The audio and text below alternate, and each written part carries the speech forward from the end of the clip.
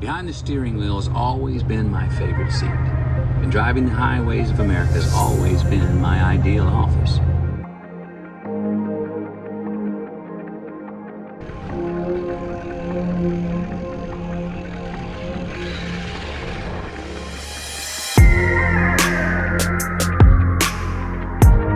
(6,400 miles) across the western United States, down the coast, and back again.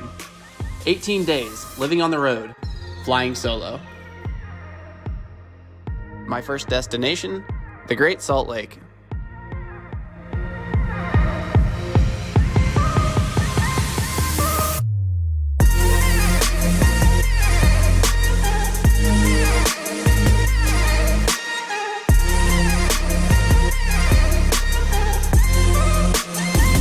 Exploring the shoreline of the lake was extraordinary. I followed train tracks for miles and foot dragged into the seemingly endless abyss of salt flats. The locals might try telling you this is just a big stinky lake with no fish, but from where I was sitting, it was plain to see what was so great about the Great Salt Lake. After 2 hours of ice-cold, finger-freezing, knuckle-numbing exploration, the idea of cheap, crummy gas station coffee sounded fantastic. So, I headed back towards my truck, just to find another pilot getting ready to take to the sky. I don't frequently run into other pilots in the wild, and after quickly linking up with this mystery pilot, I was even more surprised to find that it was a girl. Excited to introduce myself anyway, Hillary really didn't give me much of a choice. You'll find out why in just a second. The wind began to escalate, making a routine landing not so routine. Her lines got wrapped around a nail towards the top of the pole, and while frustrating in the moment, Hillary still managed to set the bar for the trip even higher than the nail on that stupid pole. Personally, I thought the new windsock was a nice touch, but she insisted on taking it down. Heading west, I reached the otherworldly Bonneville Salt Flats, where many land speed records have been set. Doing 100 miles an hour in a loaded-down F-150 almost felt safe, and necessary if I was going to make it to Twin Falls, Idaho for another bucket list flight that evening. Once I arrived in Twin Falls, I scoped out the site where Evel Knievel attempted to jump the Snake River Canyon, before finding a nice spot to call my runway.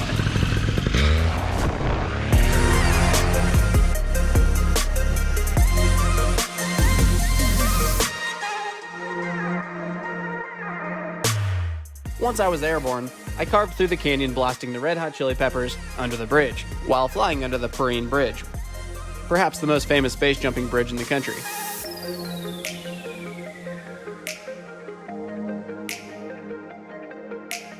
My itinerary was a bit ambitious, and although I found all these really cool trails to hike, I was running a tight schedule.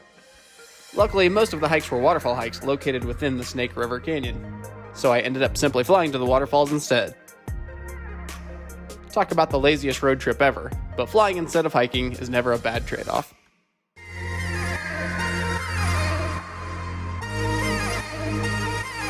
After buzzing over the Kool-Aid-colored water, I passed the Evel Knievel jump site, and I wasn't about to miss the opportunity to take my paramotor off this sweet jump.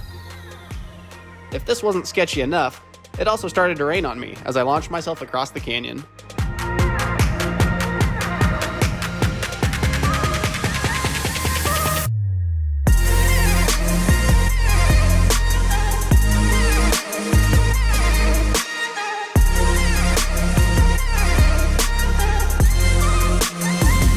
I flew over the nearby Shoshone Falls before heading back to my truck to take cover. I met some pretty awesome people and knocked out 2 bucket list flights in the process, and that was a wrap on day 1.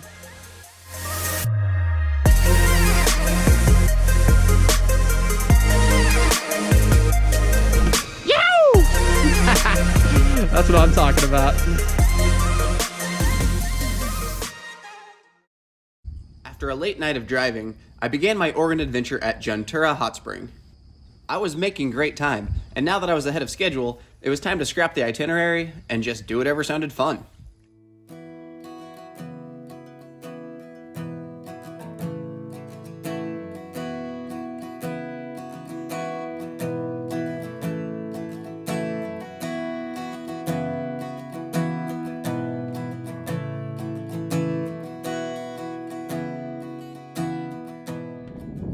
I was gonna hike Garfield Peak. Just made it to the top, 1,000 feet, pretty much straight up. And here's the view. It's my first time seeing it too.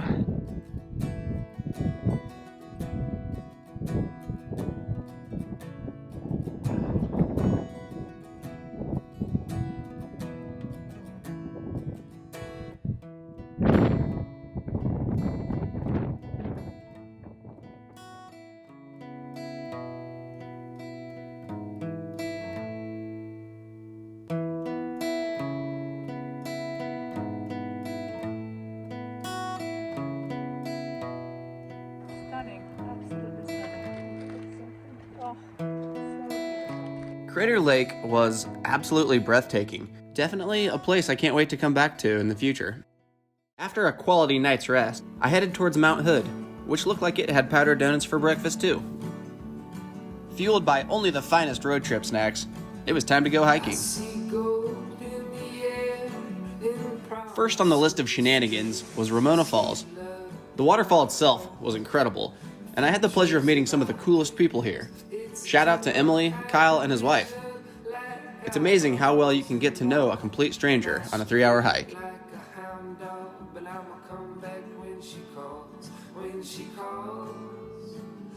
I thought I'd picked a random hike to simply break up the drive, but quickly came to realize there was nothing random about it. A sincere thank you to this crew for one of the most memorable parts of the entire trip. Following the Columbia River Gorge, I crossed into Washington by foot, before making a pit stop at the legendary Multnomah Falls. If it looks like a scene directly out of a Twilight movie, that's probably because it is a scene directly out of a Twilight movie. Next, I carved up at the famous Voodoo Donuts in Portland, before continuing onwards. And there it was. At last, I caught my first glimpse of the Pacific Ocean. The next morning, I stopped by the seaside airport to find that it was securely locked. It was raining anyway, so I swung by Cannon Beach for an inspiring view of Haystack Rock. I was determined to fly, and after a lengthy phone call with the seaside police, I managed to sweet-talk the access codes out of a friendly officer. I still had a leftover voodoo donut, just in case he didn't budge. Turns out, in order to fly a paraglider, you just have to know how to pull some strings. Fly time, baby! Seaside Beach, let's get it!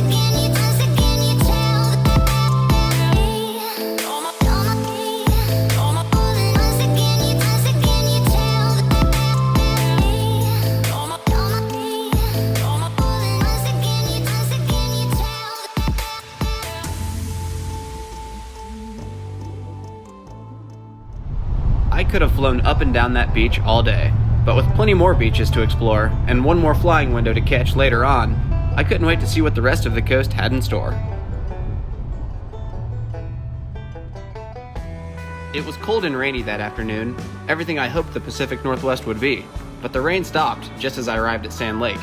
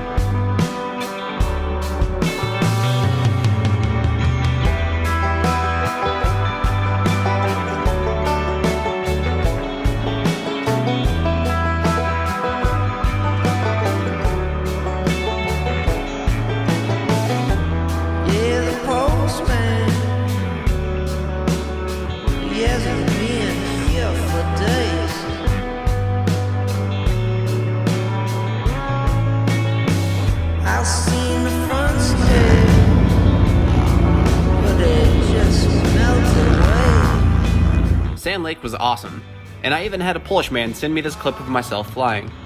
He was fascinated by my paramotor, and it was really neat using his translator app to communicate back and forth.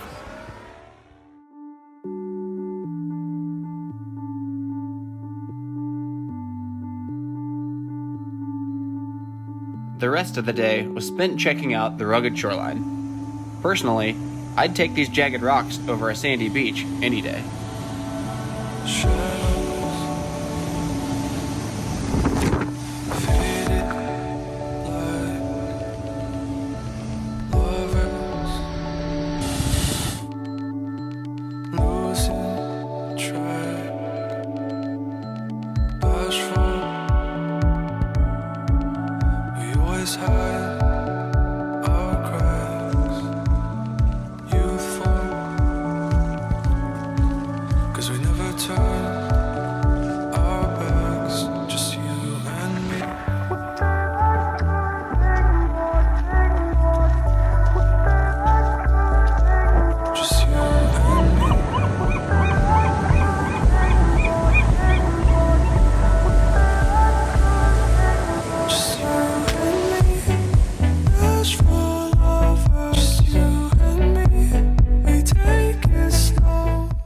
The sun was shining bright for my final day in Oregon.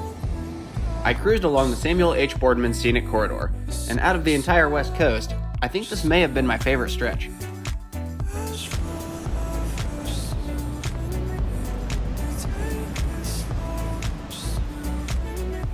With amazing beaches to explore around every corner, I had plenty of opportunities to get out and stretch my legs.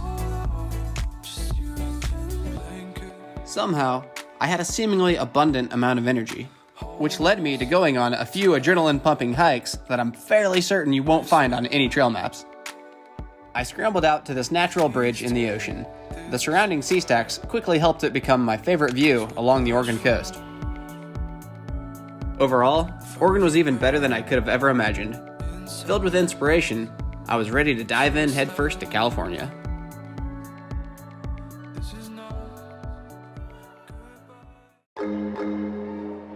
As I crossed the border into California, I began to wonder how anything could possibly top Oregon. I made a spontaneous stop at Battery Point Lighthouse, where I met Harlan and his loyal pal Shotzi. Harlan gave me a private tour of the lighthouse and pointed out a few spouting whales from the top. Come on up. Next on the agenda, I ran wild through the redwoods and nearly got lost before catching my very first California sunset. Up we go.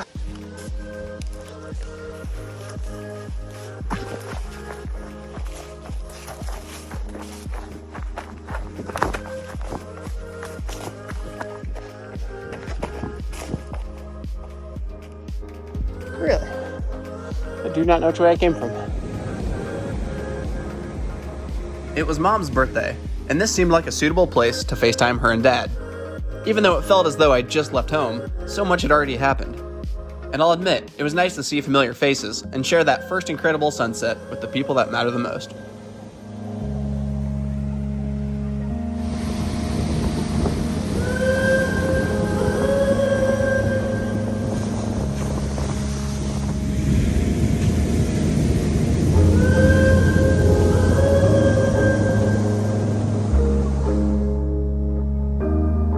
The next day, I drove to Lassen Volcanic National Park. 70% of the park was closed after being scorched by wildfires, so I decided to climb the tallest peak in the park to catch this panoramic view, including the areas that were shut down due to wildfires.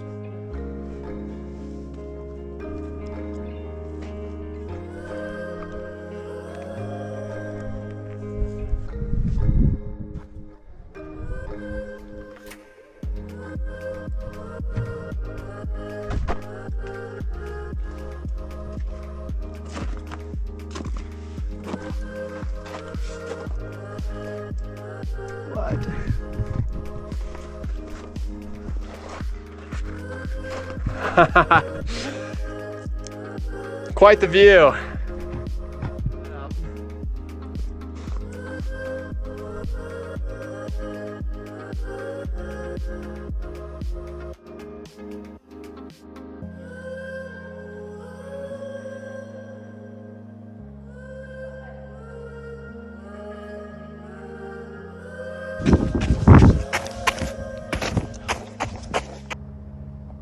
After watching a helicopter land at the summit, I checked out these boiling mud pots and drove through surrounding towns that were devastated by the wildfires.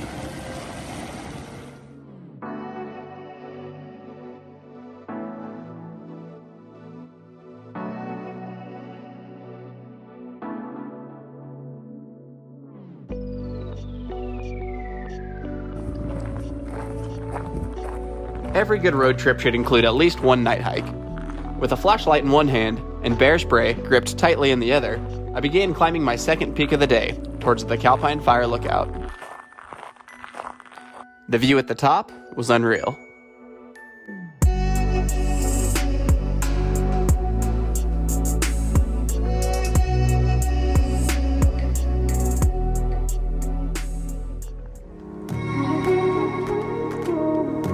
After some serious hiking, I'd say my legs earned a day off at Lake Tahoe.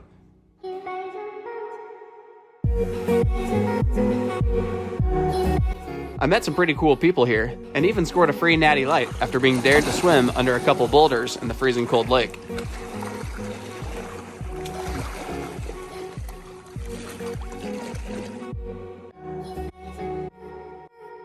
I continued on towards Yosemite that night, where I officially reached the halfway point of the trip. I took in all the fall colors and was lucky enough to experience a sunny and 75 day and the first snow of the season the following day. The best of both worlds.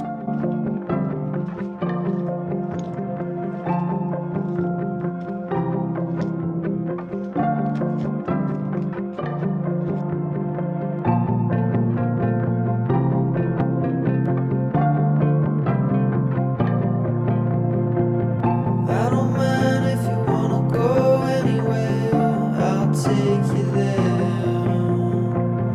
You can go if you wanna go anywhere,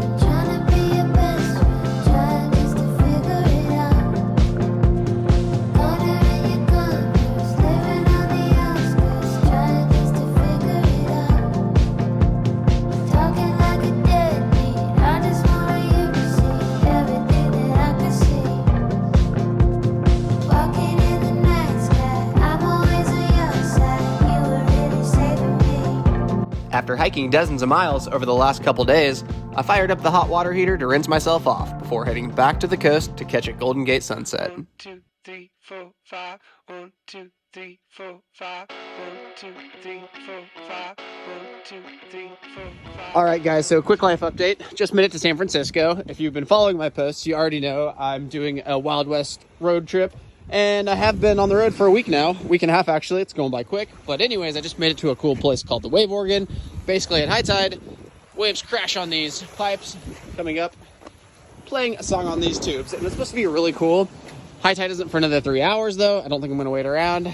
And this also feels like a great place to get serial killed, so I'm gonna sign off. See ya.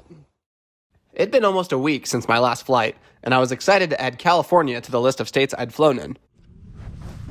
All right, Half Moon Bay, let's do it. I'd say I picked a pretty good destination for my first California flight.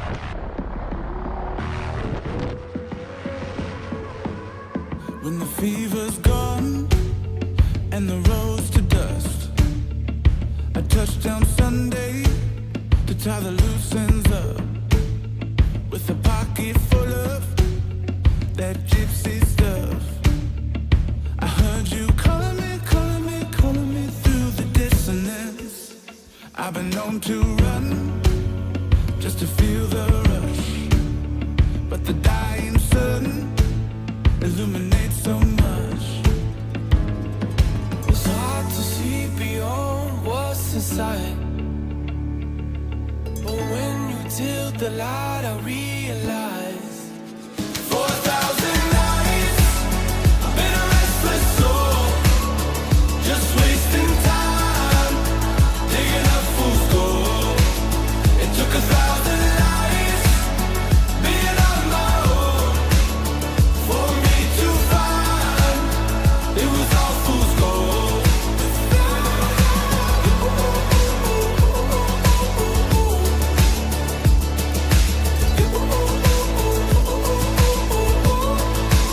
I felt the fever on, but couldn't taste the fruit. There's a bulletproof bond between meaning and you. It's hard to see beyond what's inside, but when you tilt the light I realize 4,000 nights I've been a restless soul, just wasting time, digging up fool's gold. It took 1,000 lives being on my own for me to find it was all fool's gold.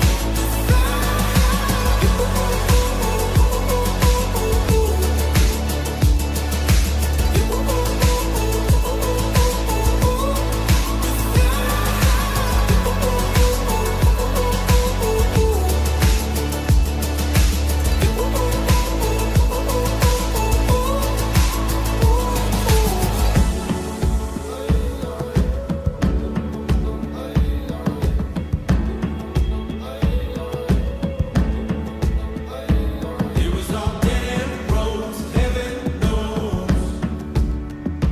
It was all dead-end roads, heaven knows.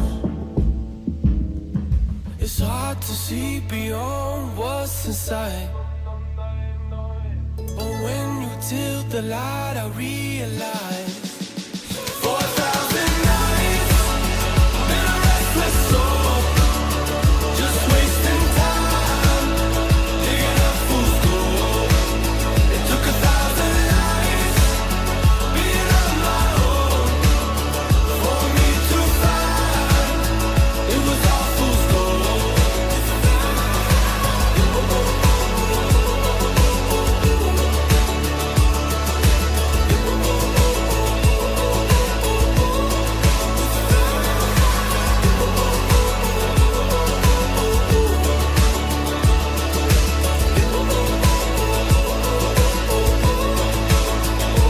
Flying along the cliffs at Half Moon Bay was pretty freaking sweet, but I had a date with Big Sur later that day, so I loaded up and hopped back on the Pacific Coast Highway for one of the most scenic stretches on Earth.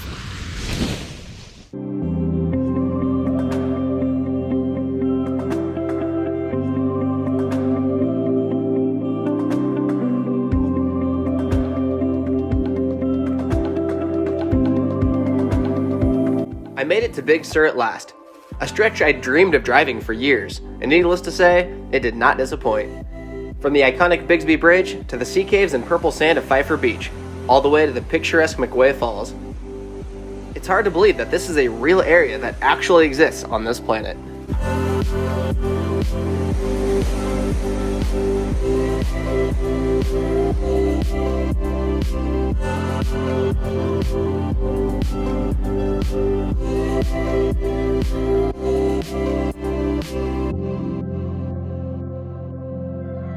I don't think there's much debate over the beauty of Big Sur, but after a day spent cruising the coast, I was ready to get back in the sky. Lucky for me, I found this sweet little hidden beach not too far from LA. Alright, let's do it.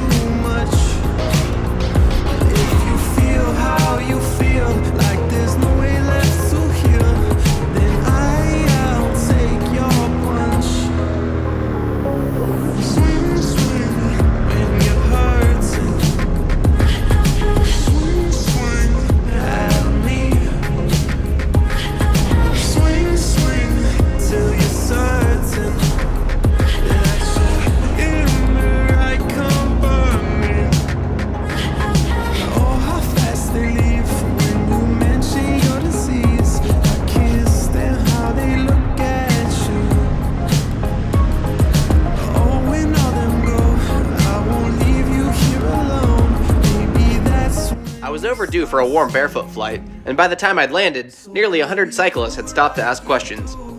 Anxious to get to LA that afternoon, I loaded up my truck just in time for another paramotorist to pull up next to me. So naturally, I threw the motor back together, and local pilot Aaron gave me a full tour of the area, complete with dolphins. You ever fly barefoot? Yeah.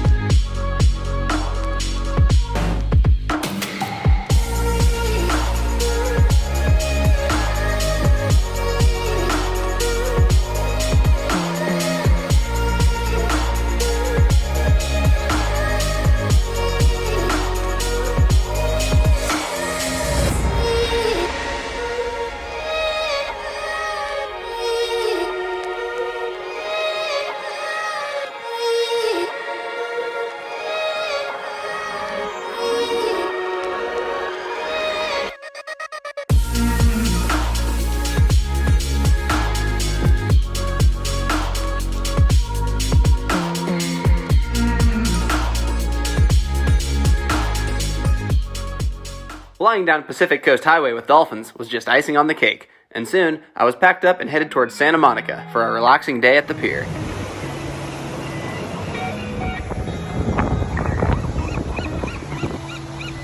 Oh, sick, you live in the canyon. How big is your mansion? Yeah. Fresh out of school, now you working and focus on fashion. Pretty girl and you let go. Got time, but you got goals. Hey, baby, waste your time with me in California. Hey, baby, waste your time with me in California. La, la, la, la, la. Yeah, I better add a 1-0. La, la, la, la, la. The following morning, I hiked up to the Hollywood sign. This, among many other attractions, were so much different than how I envisioned them to appear in real life. With LA and the coast in the rear view, I was ready to do some desert hiking in Joshua Tree.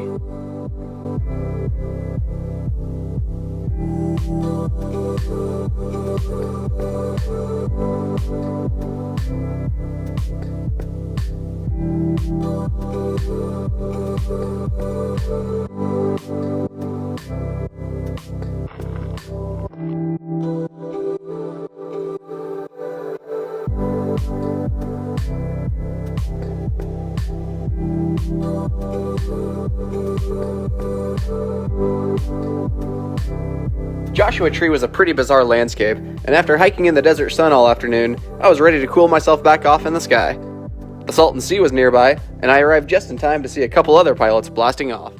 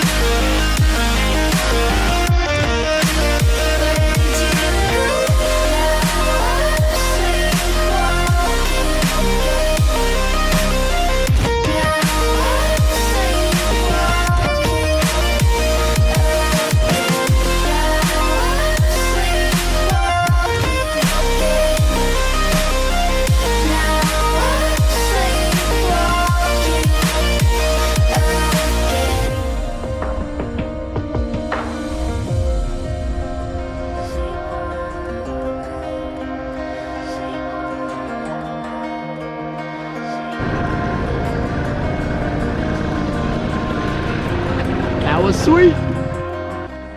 Proximity flying through the Badlands was awesome. Ripping it up with four-wheelers and razors was crazy fun. And debriefing with the other two pilots, Brian and Sebastian, are just a few things that make this sport truly amazing. I drove about an hour into the night, where I set up camp at the Glamis sand dunes. Sick. Let's go, baby! Just as the sun peeked over the tallest sand dune, I had all my gear laid out, and I was ready to carve through the sand. I've got to admit, riding a camel through the desert would be pretty cool, but I still don't know if it's better than flying a paramotor. I flew a mile into the sand dunes without a soul in sight, until I came upon a lone photographer perched upon a tall dune, capturing the shadowy contrast as the sun rose across the dunes.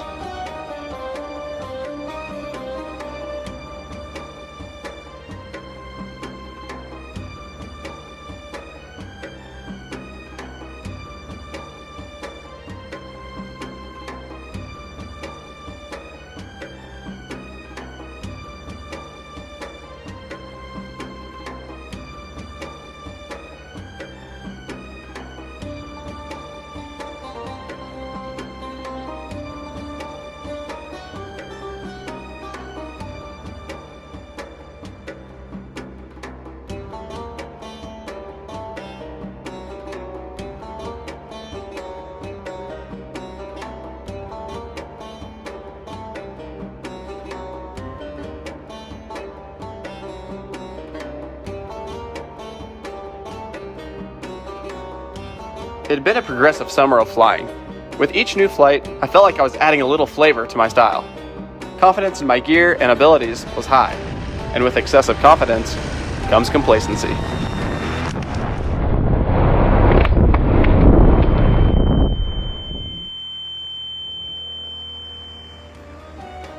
The bad news is, I clipped a sand dune. The good news is, it was just a sand dune. Both of my prop tips exploded, but thankfully, I was able to limp my wounded aircraft back to my truck.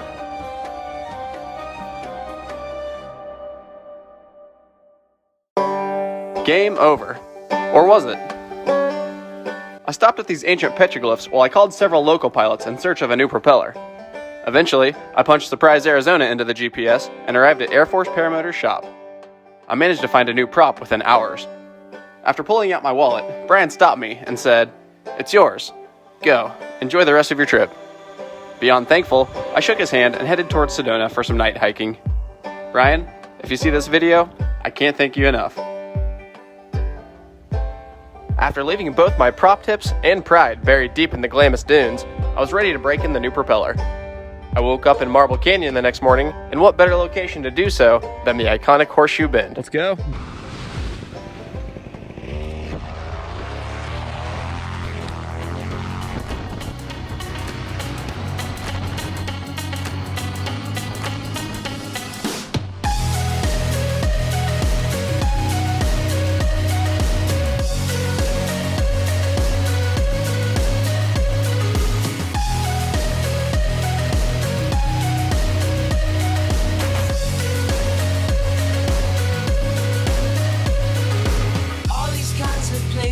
Make it seem like it's been ages. And tomorrow's sun will build a scrape the sky. I love this country dearly. I can feel the ladder clearly, but I never thought I'd be alone to try. Once I was outside the station, selling red and white carnations. We were still alone, my wife and I. Before we met, we saved my money, brought my dear wife over. How I worked to break my family stateside. Off the boat, they stayed a while and scattered across the coast. Once a year, I'll see them for a week or so. I wrote stars to go off.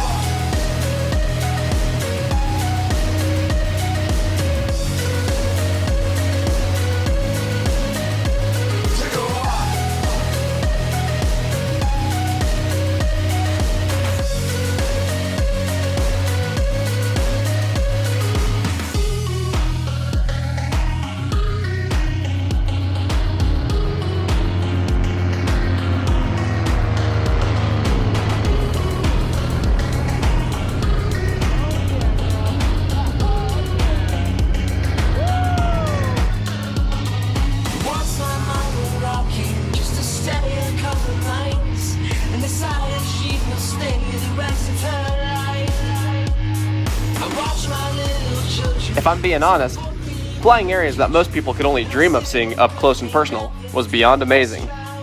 Flying inverted within a canyon above the Colorado River was pretty unique, and checking out Lake Powell and the Glen Canyon Dam from a bird's eye view made redemption taste sweeter than ever. About an hour downstream, Glen Canyon turns into the Grand Canyon, so I decided to check that out next.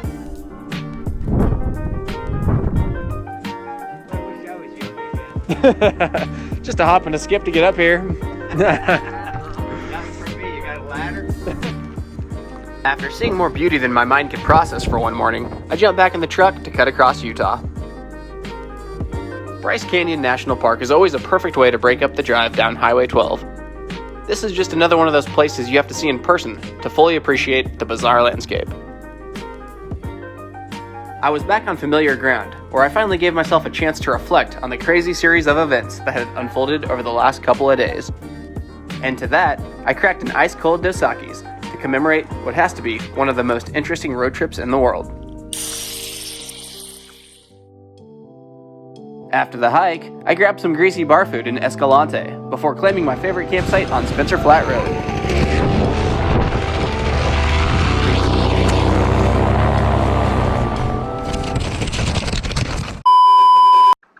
That didn't work.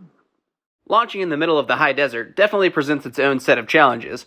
Thinner air means running further and faster, and using a poorly maintained campground littered in desert vegetation is a great way to add plenty of snag hazards to your routine takeoff. Don't blow a launch very often, but here we are. Let's go, come on. We got this. Little pep talk. All right. Okay, boys, okay.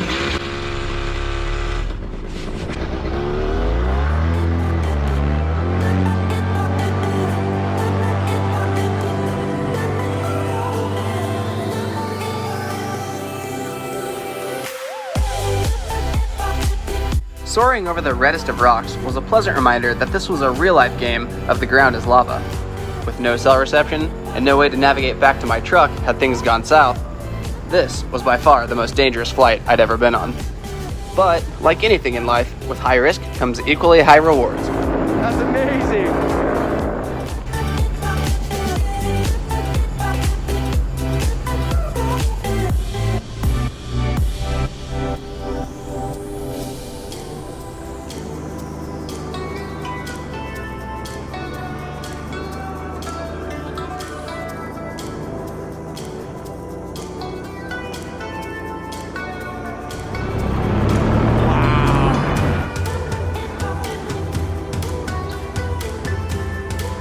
Flying to a landmark called the Cosmic Ashtray is almost guaranteed to be an out-of-this-world experience. It's hard to beat hiking out to this giant meteor crater-looking thing. Climbing into the pit and playing in the dark brown sand makes this one of the coolest destination hikes. But what was once a 4-hour trek through the desert took only 20 minutes thanks to my fancy tarpon strings. With my bird's eye view, I spotted some cool slot canyons as I flew back to home base. After landing, a truck full of guys rolled up and asked if I wanted to hike the slot canyons I'd just flown over. I'd had my share of desert for one day, but they were still fired up when I showed them the aerial footage of the canyons they were about to hike.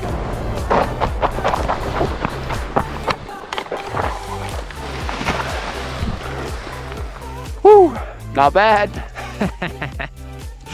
Oh my gosh, I cannot believe this is my life right now.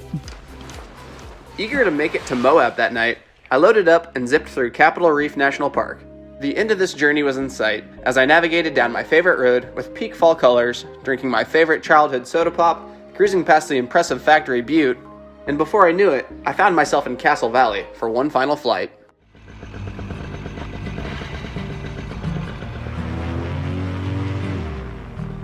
I planted my feet and took off running one last time. The air was too rowdy to get up close to Fisher Towers, but it's all about perspective. The horizon revealed an inexplicable iridescent sky, and it was clear to me that some things are better from a distance. Weightlessness, no gravity. This was it though, the bittersweet ending to something bigger than I could possibly wrap my head around. I'm a ghost to you, you're a ghost to me, a bird's eye view, a sandal. I hovered over the sandstone, realizing this flying trip was never truly meant to be about flying at all. This trip was about making connections, something that happened unexpectedly and effortlessly.